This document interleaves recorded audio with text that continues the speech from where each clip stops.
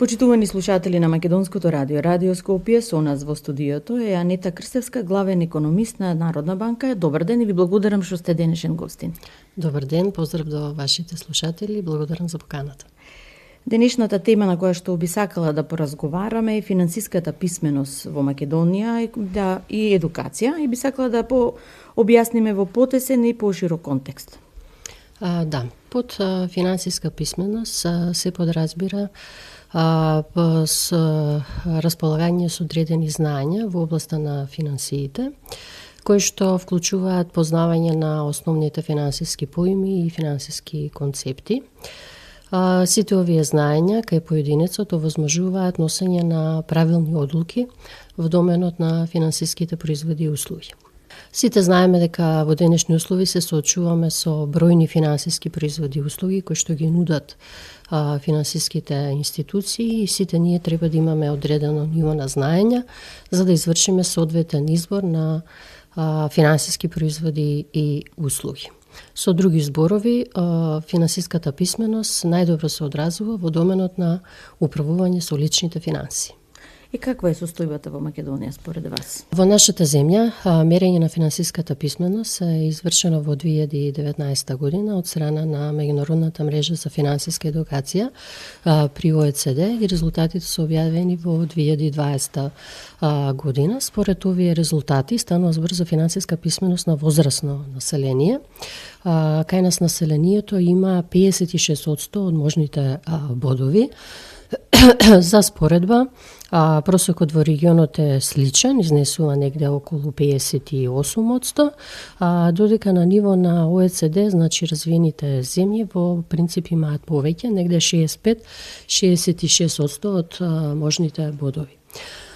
Што вклучува ова мерење на финансиската писменост? Писменост вклучува три аспекти. Тоа се финансиски знаења, потоа финансиско однесување и финансиски ставови. Во доменот на финансиските знаења се поставуваат прашања од областа на финансиите, како што спомнав, основни финансиски поими, како на пример дали знаете што е инфлација, понатаму дали знаете што е камата и како се пресметува камата, понатаму проста и сложена камата, ризики, приноси, така натаму. Понатаму во доменот на финансиското однесување, прашањата се однесуваат на тоа дали во домаќинството редовно ги плаќате своите сметки, дали кога купувате одреден производ правите споредба на производите од повеќе продавници, значи дали имате рационално однесување во доменот на финансиите, и во доменот на ставови, значи ставовите главно се однесуваат во однос на тоа, да речеме во однос на штедењето, какви се вашите преференции, дали трошите се што ви е на располагање или евентуално оставате еден дел од расположливите средства како заштеди за воиднина. Значи, сумирано се, како што реков, во нашата земја, резултатите се не е блиску до просекот во регионот, но меѓутоа има простор за подобрување кога го гледаме нивото во поразвиените земји. Каде е простор за подобрување најмногу потребен? Па во сите три основи, да речеме, можеби нешто повеќе во доменот на ставови, да речеме дека не толку се гледа дека имаме навики кон штедење. Да, можеби тоа е модерно во време на живење потрошувачко општество. Бомбардирани сме со реклами, со попусти, дека треба да се купува, да се троши. Можеби, повеќе фактори може да влијаат на таквиот избор, таквото однесување и ставови на домаќинствата. Има секако и одраз од нивото на животен стандард, да конкретно регионот наспрети развиениот свет, но меѓутоа во секој случај она што е рационално однесување, што упатува на финансиски едуцирано население, е да се води сметка за тоа што се краткорочни потреби, што се долгорочни цели, и дека за да ги оствариме тие долгорочни цели ни требаат и заштеди. А кажете ми, во однос на возраст, кој повеќе внимава на таа финансиска писменост? Дали повозрастните, дали младата популација? За најмладите не говориме, туку за веќе можат над 18 години се треба да размислуваат како да оперираат со своите финансиски услуги, производи. Најдобро стојат за сега средната генерација, кога зборуваме генерално за целата оценка во однос на финансиската писменост, да кажеме дека сепак добро напредуваат и младите генерации, бидејќи нели ова време е всушност време на дигитални финансиски услуги и тука младите генерации се секако во предност во однос на она пензионирано население. Но во секој случај да кажеме дека кај сите нив сепак постои простор за подобрување, бидејќи сепак светот на финансиите многу брзо се менува. Ние сме сведоци дека практично начинот на користење на финансиски услуги многу брзо е сменет во денешни услуги споредено со пред, да речеме, неколку децении. Да, така да сето тоа бара постојано современување на знањата како кај повозрастните и секако и кај сите други слоеви од населението. Кој повеќе штеди? Тој што има? Тој што е повозрасен, колку личната имотна состојба е поврзани со финансиската писменост? Па вака сега, генерално кажано, финансиската едукација му е потребна на секого. Значи не може да се поврзе со имотната состојба. Не може директно да се поврзе. Таа е потребна на секого, значи независно што работите во животот, дали сте економист или новинар или лекар, занаетчија. Значи, на сите нас, на сите профили, ни е потребно некој ниво на финансиски знаења, кои што би го користеле во секојдневниот живот за што подобро управување со личните финансии. Со други зборови, при исто ниво на доход, доколку различно управувате, на крајот би имале различен резултат. Значи, секому е потребно некој ниво на финансиска едукација, но меѓутоа, ако зборуваме веќе за јазови, да, постојат јазови, значи пониско е нивото на финансиска писменост, да речеме кај руралното население во однос на урбаното, или пониско е кај невработените во однос на вработените, али во секој случај нели условите во кои што поединецот функционира, нивото на образование, генерално кажано, сето тоа се одразува и на нивото на финансиска писменост. И сега, зошто е важно да бидеме финансиски едуцирани? Во поглед не само личен, туку во поглед и еве на целото општество. Така.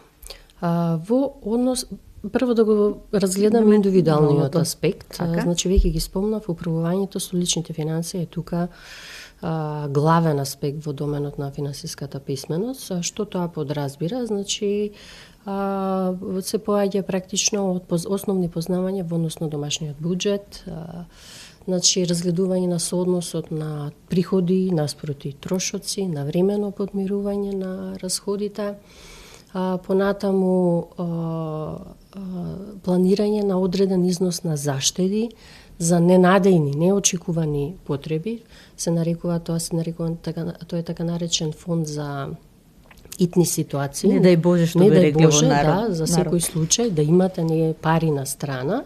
И тоа е веќе битен аспект што се согледува кога се врши мерење на финансиската писменост. Понатаму, нели, во различни фази од животот луѓето имаат различни потреби кои што треба да ги задоволат. Штедиме за некои идни цели, да си купиме во иднина нели поголем стан, или штедиме за образованието на децата во иднина и така натаму и така натаму. И на крајот на криштата добиваме некој износ кој што е како расположлив после сите извршени, подмирени трошоци и ставени пари на страна согласно вашите долгорочни цели и не останува износ кој што понатаму може да го инвестираме. Може да го ставиме во банка да штедиме, може да го инвестираме на пазарите на капитал, значи тоа е пак бара некое одредено повисоко знаење. Така. Во однос на ниво на економија, што е предноста од финансиски писмено население, значи финансиски писмено население носи правилни одлуки во однос на финансиските производи и услуги, свесно е како за предностите од користење на финансиските услуги, но така и за ризиците, знае како да се заштити во однос на ризиците, па едно такво финансиско образовано население посоодветно се заштитува, да речеме, од презадолженост, знае да ги искористи предностите од добиени кредити од банките и сето тоа во кога ќе се сумира, практично обезбедува повисока финансиска вклученост и финансиска инклузија, што натаму го помага економскиот раст. Така е. Да не идат по судови и да имат екстра трошоци. Вклучително и тоа. Може ли за нашите слушатели, еве вака ги кажавте финансиските поими кои се основни што треба да ги знае секој, Еве за инфлацијата. Што е инфлација? Што се пари? Што е кредит? Што е депозит? Да. Чисто се говори во јавноста, но верувам треба и да се дообјасни за... Да. Инфлацијата е ситуација во која што имаме зголемување на општото ниво на цени во економијата, значи општо мерено преку некој просечен индекс, значи не само зголемување на цените на одредена категорија на производи, туку како сума, значи индекс на производи и услуги кој што покажува порас. Обратна ситуација не е ситуација на дефлација или намалување на општото ниво на цени. Парите се средство за размена, нели? Средство со кое што разменуваме, купуваме стоки и услуги, и средство за чување, одржување на вредноста во современи услови, нели? Парите не ни се само во новчаник, во джеп, туку и парите ни стојат на сметка во банката и поголем дел од плаќањата во современи услови ги вршиме, нели? Виртуелно, со користење во современи услови на платежни картички, во денешни услови и онлайн плаќања, нели? Не ги гледаме, но меѓутоа вршиме трансакции. Да, депозитите што означуваат? Депозитите се еден тип на производ кој што го нудат банките, кој што возможува, ви дава можност да ги вложите расположливите парични средства, тоа што спомнав, тоа што ви останува на крај на одреден временски период, го вложувате во банка и на тоа добивате одреден надомес, затоа што вие се практично се откажувате од тековната потрошувачка на тие пари и добивате надомес од банката во форма на камата. Банките се уште во нашиот систем, па и глобално гледано и натаму доминантни финансиски институции, значи еве кај нас банките поседуваат негде околу 75-76% од вкупните финансиски средства во финансискиот систем. Класични банкарски производи се депозитите од една страна, од друга страна се кредитите. Тоа понатаму значи дека поголемиот дел од финансиските средства со кои што работат банките го прибираат практично од депозитите.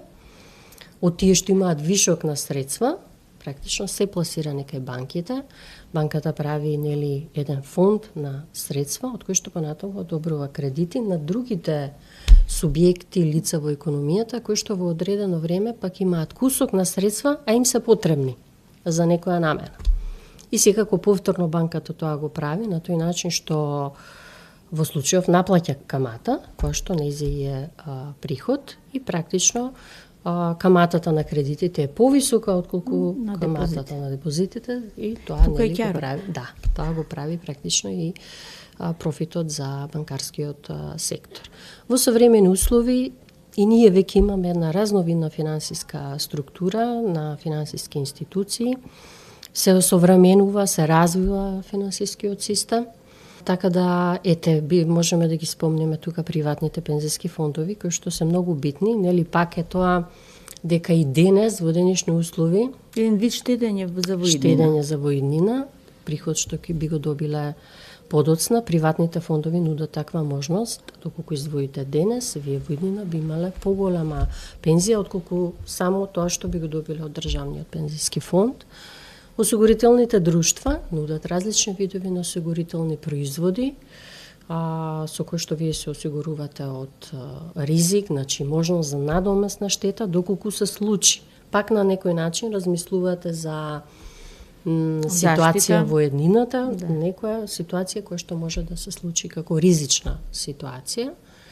И инвестициските фондови секако заслужуваат се повеќе внимание, како финансиски институции кои што се активни на пазарите на капитал. Да спомнам дека сите овие институции, Народната банка е регулатор, супервизор на банките и штедилниците во поново време на платежните институции, но меѓутоа овие други што ги спомнувам практично се под надлежност на други финансиски регулатори кај нас.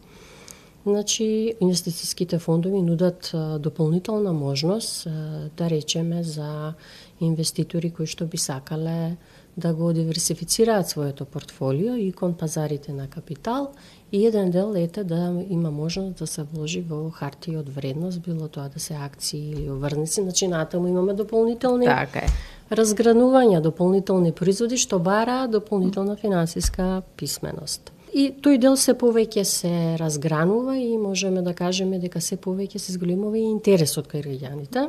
Во смисла на тоа дека станува збор начално кажано за поризични финансиски инструменти, да имаме се поризични носат поголем кој што така е, да, тоа е основното правило, практично е можност за повисок принос, така да тоа е дел каде што гледаме се поголем интерес од страна на населението, растечки интерес. Да, што е разликата помеѓу банка и штедилница? Штедилниците се главно помали институции, значи за нив регулаторните барања се помали во однос на капитал, тие главно оперираат со помал фонд на средства, помал обем на кредитирање, претежно кон население или помали фирми. Дали македонските граѓани се позадолжени? Во однос на вкупната задолженост на населението не можеме да кажеме дека гледаме некое големо придвижување на нивото на вкупна задолженост, на вкупниот долг на населението. Моментално исто така гледано само од аспект на банкарскиот сектор. Нефункционалните пласмани, тоа се оние пласмани кои што се во доцнење, се релативно историски ниски, на ниво од некаде околу 2%, така да генерално кажано населението си води сметка за навремено плаќање на долговите.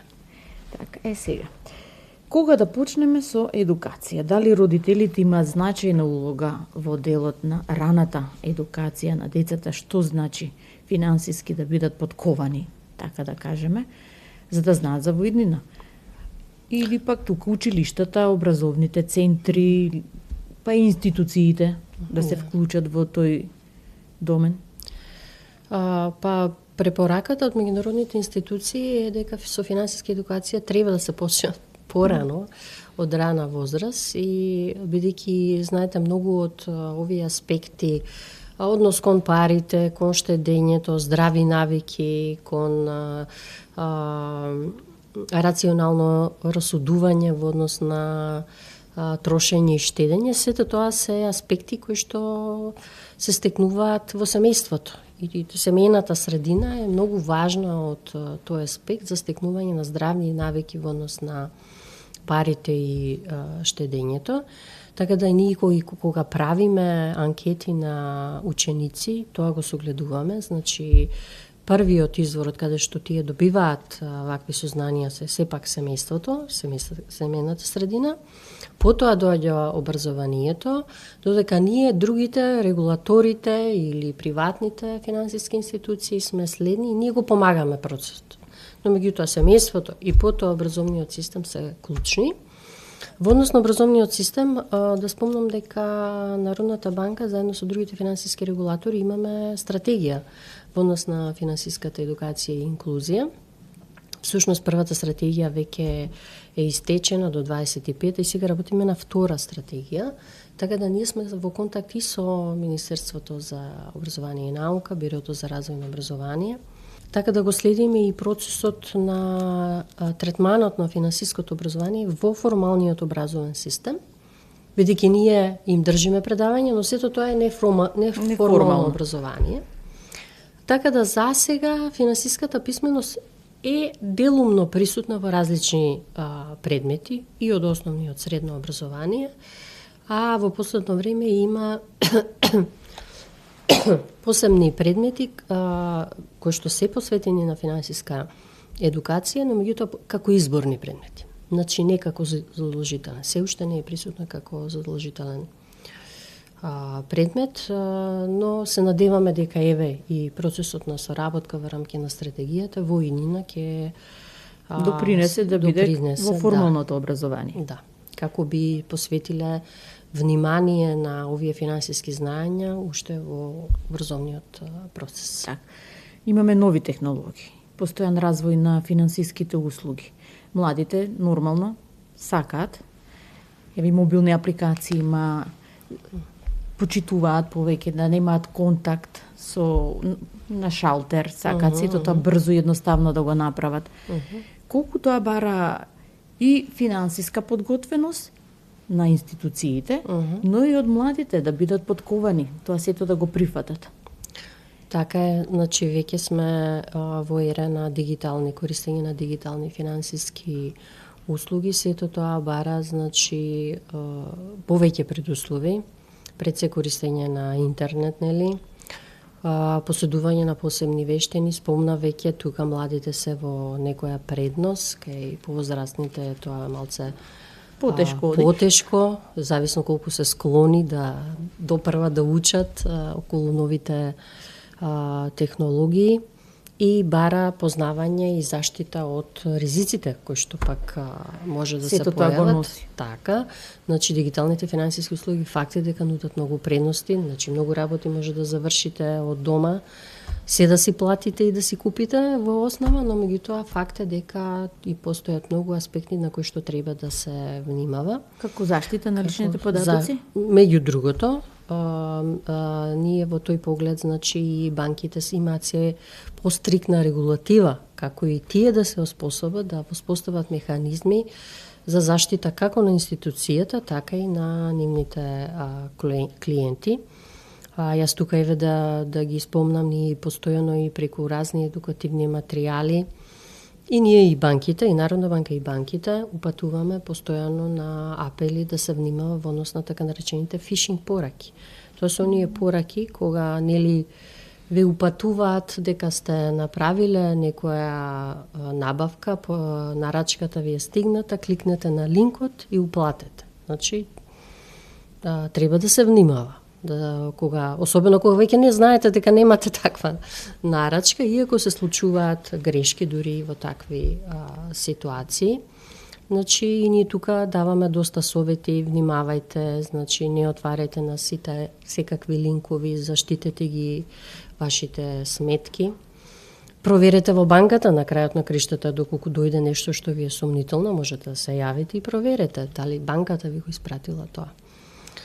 Дополнително, во контекст на плаќањата, со цел пак да се заштитат корисниците на финансиски услуги, од пред некој месец и онлайн плаќањата се заштитени со така наречената засилена автентикација на потрошувачот. Значи, не е доволно само да извршите плаќање на интернет, да си ги внесете податоците од картичката, туку морате да го потврдите плаќањето преку посебна апликација што ја имате од банката.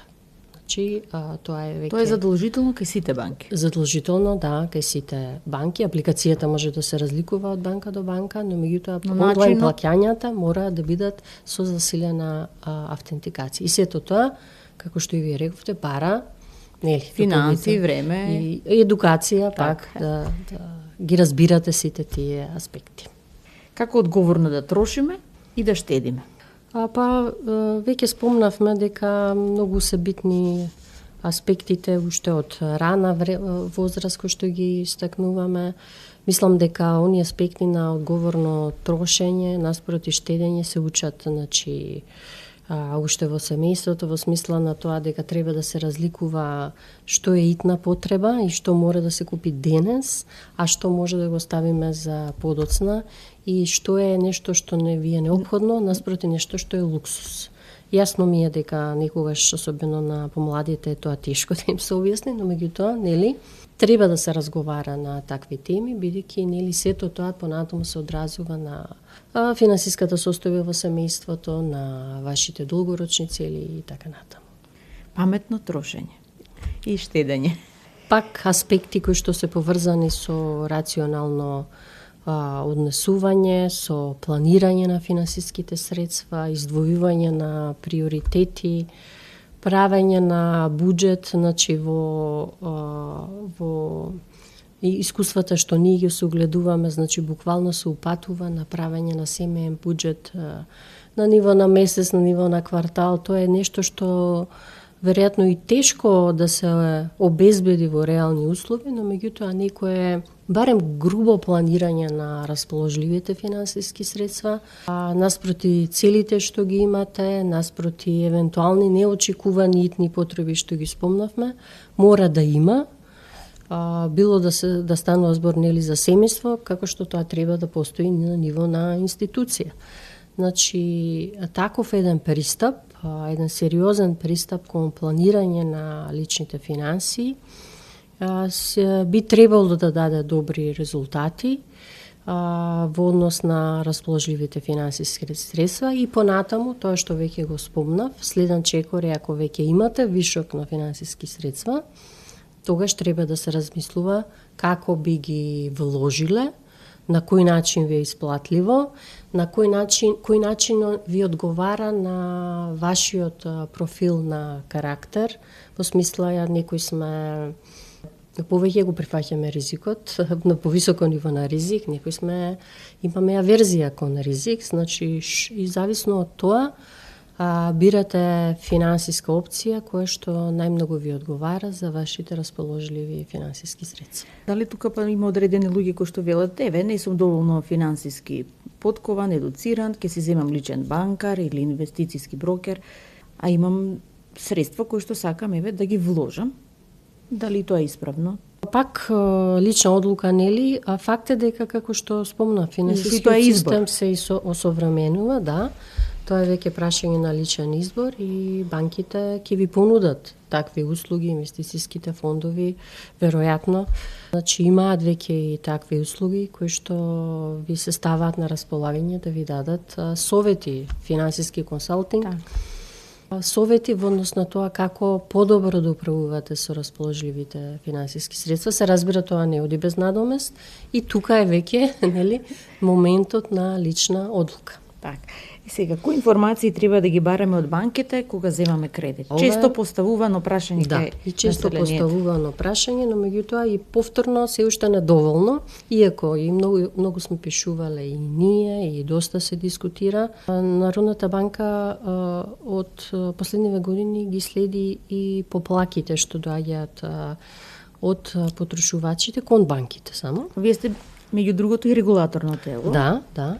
Така да ги следиме и на што се жалат и гледаме дека се уште има нејасноти околу базични поеми поврзани со кредитите. Како што реков, значи кредитот ви овозможува финансиски инструмент со кој што позаемувате пари од банката за одредена намена, имате одредена намена, цел, дефинирана многу често и во самиот договор, ако е тоа наменски кредит. Но меѓутоа крајната цел е да го вратите кон банката во точно дефиниран рок зголемен за камата. Сега, значи, прво, потрошувачите може да се информираат за сите аспекти на кредитот уште пред фазата на подпишување на договор. Значи, банките се обврзани да им дадат така наречени преддоговорни информации, поврзани со самиот конкретниот кредит, во кој што се наведени сите аспекти, ние тоа го гледаме, практично им го пропишуваме на банките, како сето тоа треба да тоа се почитува. Изгледа и тоа се почитува. Се разбира, уште во таа фаза потрошувачот може да треба да биде слободен и да ги постави сите прашања за сите нејасноти кои може би ги има во тој момент. Факт е дека има многу стручни термини, кои што на сите не ни се познати. Нели, зборувавме различни професии, различни профили, различни образование. Уште во таа фаза е препорачливо да си прашаат и точно да знаат на што се однесуваат сите тие термини. Понатаму, во она што вака се јавува како од прашањата кои што почесто се јавуваат, е прашањето за правење на разлика меѓу фиксна и варијабилна каматна стапка. Пак можете да кажете и ова е доста често спомнувано, но меѓутоа многу поплаките се однесуваат токму на тие аспекти. Значи, еден аспектот кога имате фиксна камата и тогаш ратата ви е одреден износ, но меѓутоа најчесто кредитите кај банките се со комбинирани каматни стапки, значи првите неколку години ви се фиксна камата, потоа оди варијабилна. Варијабилната најчесто е врзана за некоја референтна пазарна каматна стапка и таа може да се менува. Во случај кога е период на раст на каматните стапки, значи може да оди нагоре. Тоа ќе значи дека и вас и ануитетот, ратата ќе ви се зголеми. Многу потрошувачи, корисници на кредити, значи во тој момент кога ќе забележат дека ратата им е зголемена, се упатуваат, праќаат поплаки и се прашуваат зошто е тоа така.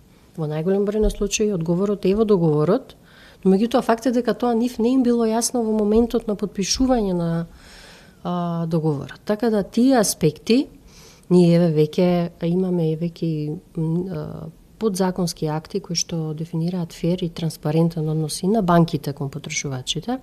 Значи бараме и банките да бидат потранспарентни, па и самите да упатат на тој момент. Во дека постои можност. После третата година можно е да имате промена на ратата. Зависно од тоа како ќе се движат каматните стапки на пазар. Предпоставам има лимит. Растот на варијабилната камата мора да има лимит. Банките во договорите ставаат најчесто таков лимит. Не можам да кажам за сите банки, но знам дека некои веќе и ставаат таков лимит. Во секој случај, значи, клиентите треба да бидат свесни за тие аспекти. Друго нешто што е исто така многу битно е пак, како што го дефинирав кредитот, подразбира враќање во одреден временски рок. Банките ја следат наплатата, значи точно во денови на доцнење они имаат евиденција дали некој доцни во отплатата или не. И во точно дефинирани законски рамки, рокови, значи имаат право да поведат судска постапка, пошто следи извршна постапка и така натаму и така натаму. Значи должникот мора да биде свесен за тој момент. На сите не е јасно дека тоа е практично на многу тежок процес за должникот. Има тука многу аспекти, социјални, семејни моменти, но меѓутоа нели секој си ги бара своите права, исполнување на своите права. И уште нешто трето што би спомнала е улогата на жирантот. И ова е често спомнуван аспект, меѓутоа не секогаш правилно се разбира улогата. Основно е дека ако главниот должник од било која причина не е во можност да си го подмори долгот, тогаш доаѓа на товар на жирантот. Да, така. Жирантот го превзема долгот во целиот износ со сите обврски кои што следуваат. Не секогаш и тоа е правилно сватено во моментот кога на потпишување. А со хипотеката? Кој е нејзиното значење, да објасниме веќе кога сме кај кредитите? Да. Значи, и тоа се аспекти кои што се дефинираат со договорот. Значи, практично заложување на имот се дефинира каков подвижен, неподвижен имот, кој што е практично гаранција во случај на доцнење во отплатата по довременски период. Практично имотот преоѓа под точно дефинирани законски услови, преоѓа во собственост на банката, понатаму банката ќе се обиде да го продаде пак по точно дефинирани услови и на тој начин да си го наплати долгот. И сега вие бидејќи сте регулаторно тело, својата обврска банката не ја извршува кон клиентот, има право да се жали. Дали прво треба кон банката да поднесе жалба или може директно кај вас како регулаторно тело или вие сте второстепено? Сегогаш прво кон банката. Бидејќи за секој финансиски производ практично потрошувачот има договор со банката. Така, прво треба значи да се жали кон банката. Доколку не е задоволен од одговорот, тогаш има право да се обрати кон вас. Доколку не е задоволен, согласно Законот за платежни услуги и платни системи, значи има можност да се обрати кон Народна банка. Така, а доколку не е задоволен од кај потоа судот? Судот е секогаш крајна инстанца, така е. Вие немате право да... Да, ние можеме да провериме во овој процес дали банката постапила правилно согласно законските прописи. И толку. Тоа е толку. Да, меѓутоа, они меѓу нив си потпишале договор во кој што си ги дефинирале меѓусебните односи. Сега за крај еден совет за нашите слушатели. Позборувавме за многу аспекти. Така. Меѓутоа, сепак, начално, нели, главната тема беше да дадеме осврт на потребата од финансиска писменост, така да еве еден апел до сите, до целокупното население, секогаш кога се во можност да следат написи поврзани со финансиска писменост на нашата веб страна, на веб страната на Народна банка имаме многу едукативни материјали, на социјалните мрежи исто многу потсетувања, совети и апели за се што е значајно, актуелно во моментот. Секогаш кога имаат време да пробаат да прочитаат нешто повеќе од овој домен, бидејќи како што спомнав, финансискиот свет доста се менува и сите имаме потреба од постојана едукација. Господјо Крстевска, јас благодарам што бевте гости на Македонското радио Радио Скопје. Се надевам дека со вашите совети стигнавме до свеста на македонските граѓани колку е важно да бидат финансиски едуцирани. Благодарам и вас.